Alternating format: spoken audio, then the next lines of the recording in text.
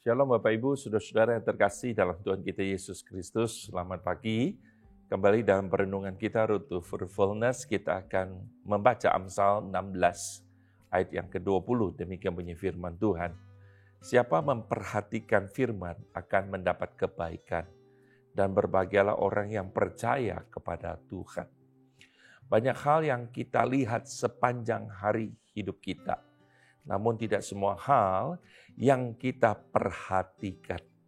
Ketika kita memperhatikan sesuatu, itu berarti kita mengambil komitmen untuk fokus.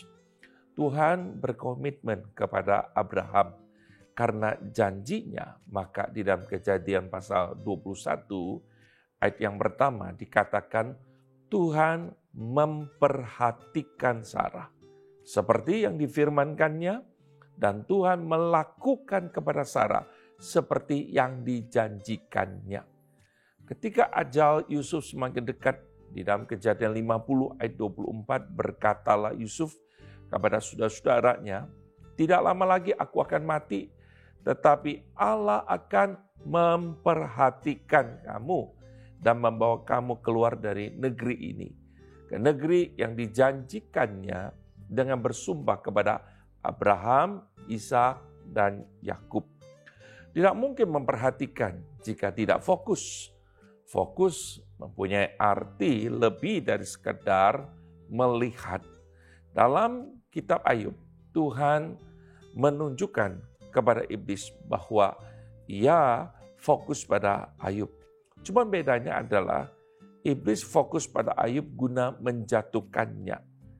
Seperti yang dikatakan dalam 1 Petrus pasal 5 ayat 8 bahwa iblis itu berjalan berkeliling sama seperti singa yang mengaum-ngaum dan mencari orang yang dapat ditelannya.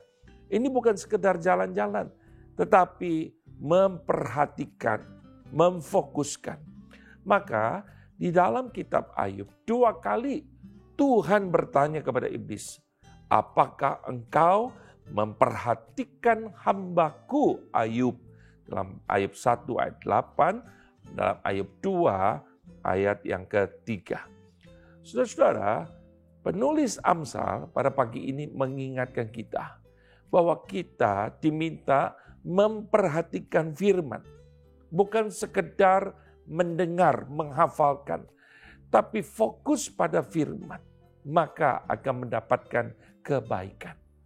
Masih ingatkah kita bahwa kitab Amsal banyak ditulis dalam bentuk paralelisme? Baris yang kedua itu menjelaskan baris yang pertama. Jadi orang yang memperhatikan firman adalah orang yang percaya kepada Tuhan. Kalau ia percaya kepada Tuhan, maka dia akan memperhatikan firman Tuhan. Banyak orang salah memahami Allah.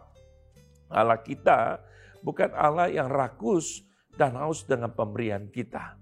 Ia Allah yang punya segalanya. Itu sebabnya ia tidak bisa disogok apapun oleh kita.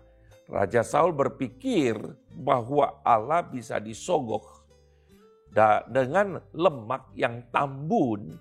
Itu sebabnya ia meremehkan perintah Tuhan. Ia tidak melakukan firman karena ia tidak fokus pada firman Allah. Konsekuensinya serius. Ia ditolak menjadi Raja Israel oleh Allah. Nabi Samuel dalam 1 Samuel pasal 15 ayat 22 berkata, apakah Tuhan itu berkenan kepada korban bakaran dan korban sembelihan sama seperti mendengarkan suara Tuhan? Sesungguhnya mendengarkan lebih baik daripada korban sembelihan, memperhatikan lebih baik daripada lemak domba-domba jantan. Perhatikan, memperhatikan lebih baik daripada lemak domba-domba jantan. Saudara, kiranya kita mengukir hari-hari yang Tuhan percayakan kepada kita dengan memperhatikan firman-Nya dengan serius. Amin. Tuhan memberkati.